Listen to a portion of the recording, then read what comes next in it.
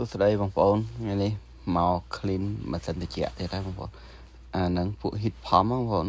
heat pump ហ្នឹងគឺខែត្រជាក់ក៏ដើរខែក្តៅក៏ដើរដែរគ្រាន់ខែត្រជាក់វាដើរទៅជា heat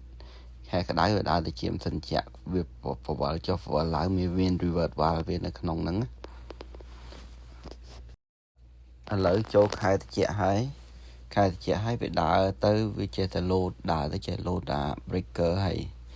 ទី1ហ្នឹងគេដូរfilter អីហើយនៅតែដើរស្រួលវាដើររហូតហ្មងដល់ពេលខ្ញុំមកមើលទៅឃើញថាវាមានក្រិចខ្លាំងអញ្ចឹងក៏ខ្ញុំ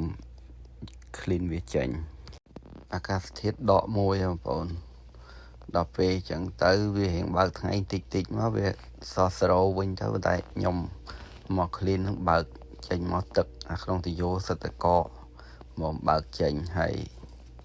អាម៉ាស៊ីនត្រជាក់ហ្នឹងក៏វាកកដែរព្រោះពេលយើងបាញ់ទឹកទៅប៉ះនឹងអាម៉ាស៊ីនត្រជាក់ហ្នឹងវាកកមកព្រោះខាងក្រៅហ្នឹង condenser ហ្នឹងពេលខែបើក heat ណាហ្នឹងទៅជាម៉ាស៊ីនត្រជាក់ឲ្យកន្លែងហ្នឹងអាខាងក្នុងទៅជាevaporator ក្នុងទៅជា heat វិញហើយខ្ញុំ clean វាហ្នឹងបងប្អូនកុំទុកម៉ាស៊ីនត្រជាក់ឲ្យដល់ថ្នាក់ហ្នឹងវាទុកដល់ថ្នាក់ហ្នឹងវាខូចហើយវាធ្វើ service ហើយអីហ្នឹងវាអស់លុយច្រើនបងប្អូនដឹងឃើញប្រឡាក់តិចតួចអញ្ចឹងទៅ clean វាទៅអាហ្នឹង heat pump clean មួយឆ្នាំ2ដងទៅវាល្អហើយមុនដំបូងខ្ញុំគិតតែបាញ់ទឹក clean ពីក្រៅហ្នឹងបានប៉ុន្តែខ្ញុំមើលទៅវាក្រិចខ្លាំងពេកអញ្ចឹងខ្ញុំត្រូវដោះអាស្នាញ់ហ្នឹងចេញទាំងអស់បើប្រឡាក់តិចតួចបងប្អូនបាញ់ទឹកបាញ់អាថ្នាំហ្នឹងទៅវាលាយហើយប៉ុន្តែនេះវាច្រើនពេកបើសិនជាប្រឡាក់ច្រើនហ្នឹងត្រូវដោះចេញទាំងអស់ហ្នឹងដោះចេញអស់កុំភ្លេចបិទភ្លើងបងប្អូនបើសិនជាអត់ដោះទេបងប្អូនលាងបាច់បិទភ្លើងក៏បានដែរព្រោះភ្លើងវានៅមួយខាងទៀតតែសំខាន់ពេលយើងបាញ់ទឹកកុំឲ្យចំកន្លែងភ្លើងហ្នឹងទៅព្រោះវាមានក្របបាំងហើយបើដោះទាំងអស់អញ្ចឹងបិទភ្លើងទៅហើយ clean វាស្អាតអស់ហើយចាំយើងបើកវិញ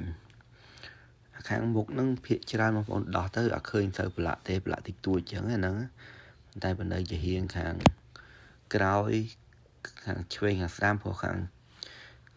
ក្បែរម៉ាស៊ីនត្រជាក់គេមួយទៀតហ្នឹងគឺកន្លែងហ្នឹងវាសូបទៅសូបមកដល់ពេលអញ្ចឹងទៅដីវាចូលកាត់កន្លែងហ្នឹងគឺប្រឡាក់ច្រើននេះបងប្អូន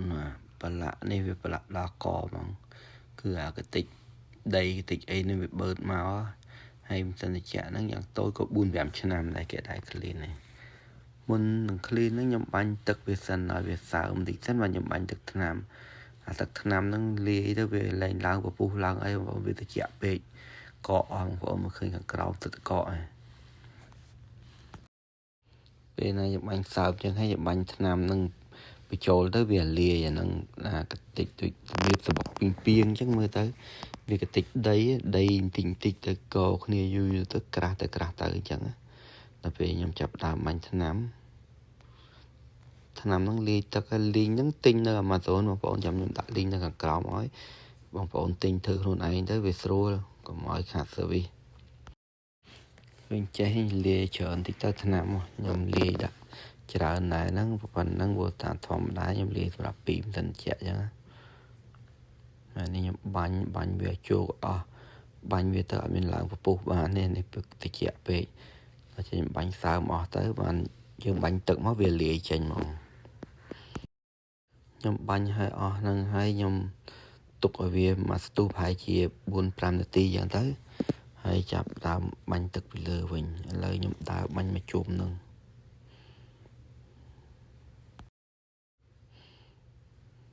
បាញ់ហើយចេញបាញ់ទឹកទយោចាប់ដើមកកបើកអត់ចេញទឹកទៀតទោះបើកមកស្ទុះវាលាយទៅកកវិញបងប្អូនទឹកហ្នឹងចេញក្នុង building មកហើយវានៅក្នុងទយោហ្នឹងទៅវាកកពីអញ្ចឹងទៅខ្ញុំបើកមកស្ទុះសិនបានវាបាញ់ទឹកខ្លាំងវិញនេះឃើញបងប្អូនបាញ់ទឹកទៅប៉ះកន្លែងមិញហ្នឹងទៅវាលាយវាហូរទៅអស់ហើយជាពិសេសកញ្ចែងហ្នឹងកុំយកដៃប៉ះវាវាចអាស័យហ្នឹងទៅវាធ្វើឲ្យខ្យល់វាចេញចូលអត់ស្រួលដែរបងប្អូនឃើញវាអីបានហ្នឹងបាច់ទៅស្រេវាទៀតទេបើថាចង់ស្រេទៅហៅអីមកឆ្កឹះវាត្រង់វិញដូចនៅខាងនេះខ្ញុំបាញ់ឃើញវាលាយទៅបងវាមានពពុះដែរតែវាពពុះអត់ច្រើនវាត្រជាក់វាឡើងរួចមកទៅ ហើយពេលបាញ់អស់ហ្នឹងបងប្អូននៅខាងក្រោមហ្នឹងទឹកវាផ្សាមនឹងស្មៅដល់ពេលអញ្ចឹងទៅអត់ចង់ហ៊ានទៅជន់ទឹកហ្នឹងទេព្រោះទឹកត្រជាក់បងប្អូនជឿយកទឹកហ្នឹងមកកតោដាក់ទៅឲ្យទុកនឹងក្រៅមកស្ទុះកកឯងព្រោះអាហ្នឹងវាដកមួយហើយនឹង0 អង្សាហ្នឹងវាគឺប៉ុណ្្នឹងកកឯងទឹកដែលក្នុងទយោហ្នឹងអត់កកហ្នឹងដោយសារទឹកហ្នឹងវាចេញមកវា building មកដល់ពេលអញ្ចឹងវាអត់កកទេឥឡូវខ្ញុំ clean ហើយខ្ញុំដាក់ស្ទះវាចូលវិញស្ទះហ្នឹងវាពិបាកដាក់ដែរវាត្រូវដាក់ខាងឆ្វេងមកស្ដាំដេញគ្នាដោះស្រួលបងប្អូនដាក់វិញខ្ញុំពិបាកស្ទះហ្នឹងវាត្រូវដាក់ខាងឆ្វេងទៅស្ដាំដាក់ដងមួយហើយដែលស្អីគេពិបាកបំផុតបងប្អូនគឺថតឲ្យបងប្អូនមើលហ្នឹងដាក់កាមេរ៉ាផងធ្វើការផងបងប្អូនហើយមិនស្រួលណាបើនិយាយពីកាមេរ៉ាវិញបែកអស់ 4-5 ហើយទូរស័ព្ទហ្នឹងវាចេះដួលហើយនឹងអាជ្រុងថ្មនៅផនណាំសិនជាក់ហ្នឹងជ្រុង